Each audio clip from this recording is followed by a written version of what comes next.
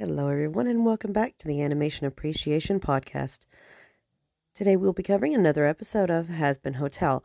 Due to short run times from my previous episodes about Hasbin Hotel, I will be covering more than one episode in this episode. Today we will start with Season 1, Episode 3, Egg Boys Chasing Kiki.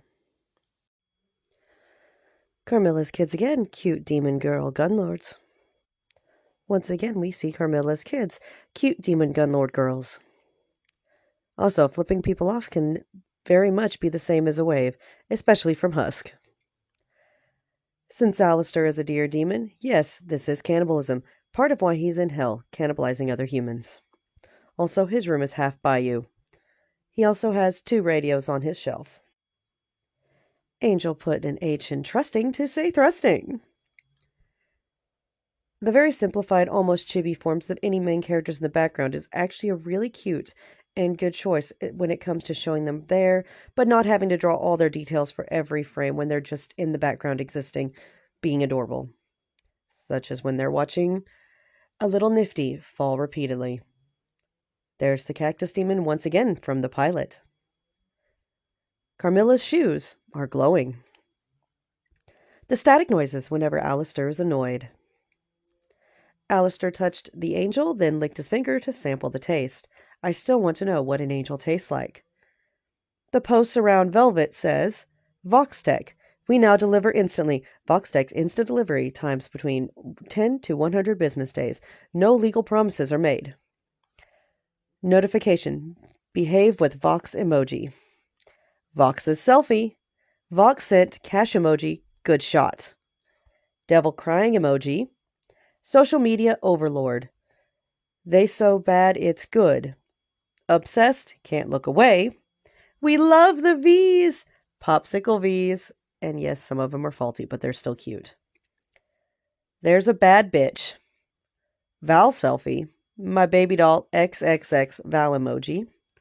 Hard-eyed demon emoji. Yes, bitch, I know. Cactus demon again. And then we have Husker sneaking away while they argue over Nifty.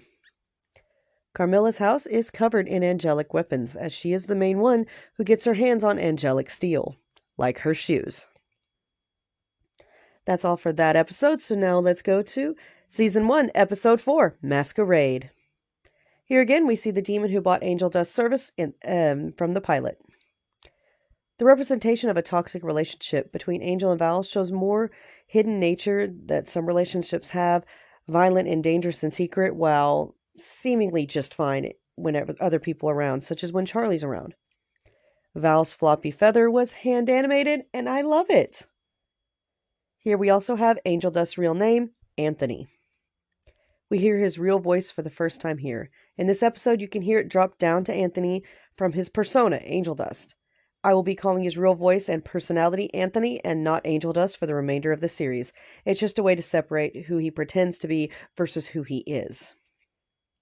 He kept saying, yes, Valentino, until it involved Charlie. Then he wanted to defend her, but couldn't do so in any way other than words. But he did not want to say, yes, Valentino. He was standing up for Charlie in whatever way he could. I also wanted to point out that Angel doesn't care what Val does to him. He cares what Val does to Charlie. When Valentino pushes Angel, we see Charlie transform a little bit. She was going to use her demonic powers on Val before Anthony stopped her. His voice still raw and real from the abuse. The little wing flutter of confidence from Valentino. The facial expressions and subtle movements are a great sign of animators. Are a sign of great animators. For those who can make anyone feel alive in the shot and real with minimal motion. Just tiny gestures and motions can make a huge difference. It doesn't have to be large and over the top.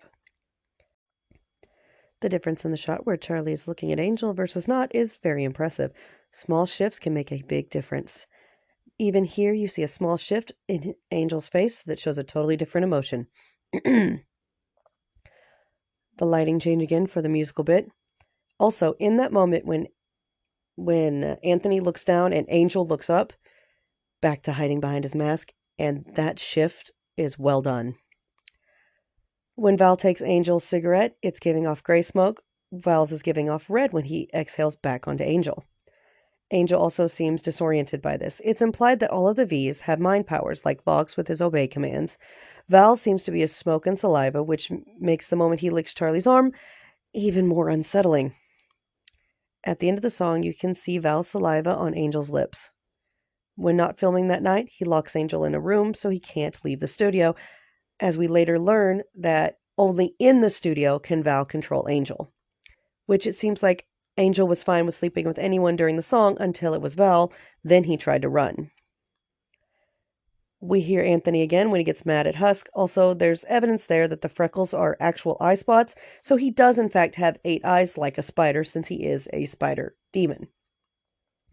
The demon at the club's door is a fish in a bowl as the head of a shark demon. I just found that odd and had to share. The shot with the spiked drink is how we learned the love potion is pink, like Val's saliva, likely refined by Velvet, as she was also on the poster for it. When he said, "to be this way," that's Anthony, clear till Husk's song, actually clear to the end of the song. Here we learn that Angel Dusk the Mask is a defense mechanism to protect Anthony so he can deal with the afterlife he's trapped himself into, actually. His secondary arms are holding his stomach, a sign of trying to hold oneself together. When people try to fall apart or start to fall apart, they tend to wrap themselves in their arms to hold themselves together. This song is not about shit's bad all over, get over it. It's about not being alone, no matter what. Also, that umbrella perfectly suits Husk. When his confidence is back, he sinks back into Anthony's voice. Angel's signs read: sloppy seconds, junkie, skank, cum dumpster, used goods, dope fiend, problematic, whore, slut, degenerate, freak, fetishizer, addict, nasty, and easy. Husks read: broke, sellout, loser, manlet, fraud, swindler, no balls, low roller, shark, cheat, big loser, and drifter. When they are hiding, there's an Angel Dust poster behind them. The Sign for Love poster by Velvet is hanging over the bar, including images of both her and Val. On the wall behind the car is a poster that says, "Live in Pentagram City." It's a Val poster. Val can't leave Pentagram City because he's a human soul. The guns Angel uses all have spiderweb patterns on them in some way, shape, or form. The apology notes we can read say, "Angel Dust, I am really sorry," with about 20 reallys. Yes, I counted them. Most are just variants of that, plus a kid drawings of crying Charlie, an angel, happy Charlie, happy Angel, and you can still see Angel's black eye. That's all for episode 4. Let's go to episode 5. Keep it rolling. Deadbeat Dad. I am obsessed with Husk's mug. Fuck Mondays. Charlie had the Egg Boy's numbers, all of them. Angel casually takes Nifty's knife away from her. From the images on Lucifer's wall, we can see Charlie had a goth phase. I am here for goth Charlie. Lucifer has a diagram of all 7 rings of hell on his wall. Lucifer's phone case is a golden snake and a golden circus tent. In case you didn't notice, Alistair's eye twitches when Lucifer arrives.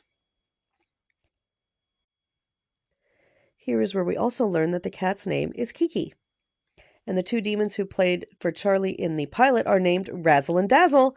Gotta love Razzle and Dazzle. Serpentius was trying to protect the cookies from Angel, trying being the operative word here, as he did fail.